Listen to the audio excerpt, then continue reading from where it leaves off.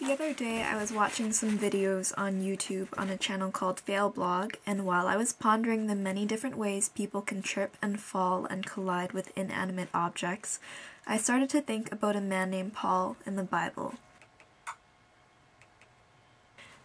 Ready? Okay.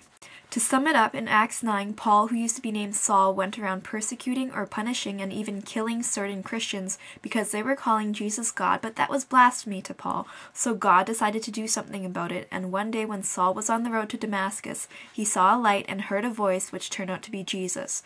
Saul was knocked off his horse, and when he opened his eyes, he couldn't see.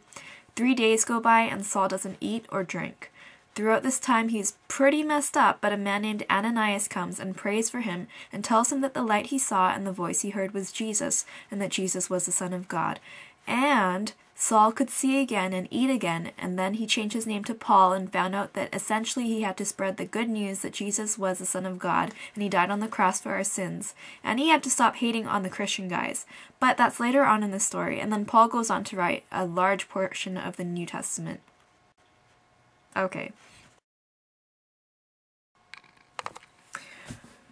You know, in the same way that God collided with Paul and changed his life forever, God sometimes has to nudge or prod or smack us in the head for us to realize what our purpose and calling is in life. For me, it's been a lot of things. I've talked about how I came to be here at BYG as a youth coordinator this year because of the last 3 years as a youth leader, and because of a series of unplanned details and some of the things that went down when I was in Mexico this summer volunteering with a program called Live Different.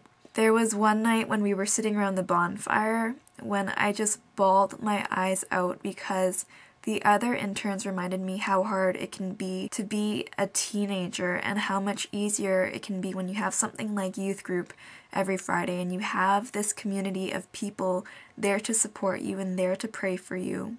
When I was 16, my mom was diagnosed with breast cancer, and that was a huge wake-up call for me. That was that nudge for me to get involved with the Canadian Breast Cancer Foundation's Run for the Cure for the last 2 years. I realized that you don't have to sit around and wait, but you can do something about the things that are hitting you smack in the face.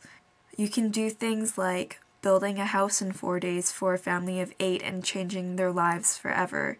You can be there for a friend who is going through a really hard time with their family in the same way that you struggled with your parents' separation when you were a kid.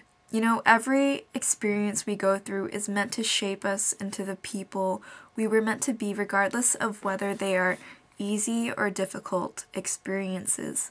Life, it isn't easy. Paul went on to be executed because of all of the controversy that he was stirring up in church. I mean, Jesus was the biggest rebel of all time when you really think about it. Paul didn't ever regret the experiences he went through because he was able to serve God fully in the last half of his life. So think about it.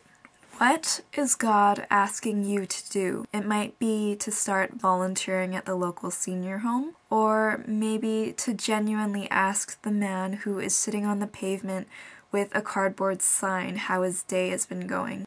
Maybe it's for you to start teaching Sunday school at church or to start serving communion. You never know. I'm asking you to not be satisfied with the status quo. We are not meant to be the same forever. We are not meant to breeze through life without going through the hard stuff, and sometimes we need that little push to get us started, and sometimes we need an even bigger push to figure out how we can contribute to the world. You are significant and can make a difference, even if it's just a single person that you impact. Once a ball starts rolling, it picks up momentum and it can get other cogs turning on the wheel, if you know what I mean.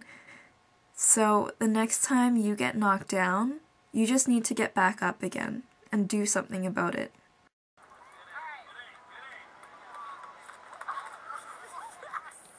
Just make sure it doesn't get posted on Fail Blog.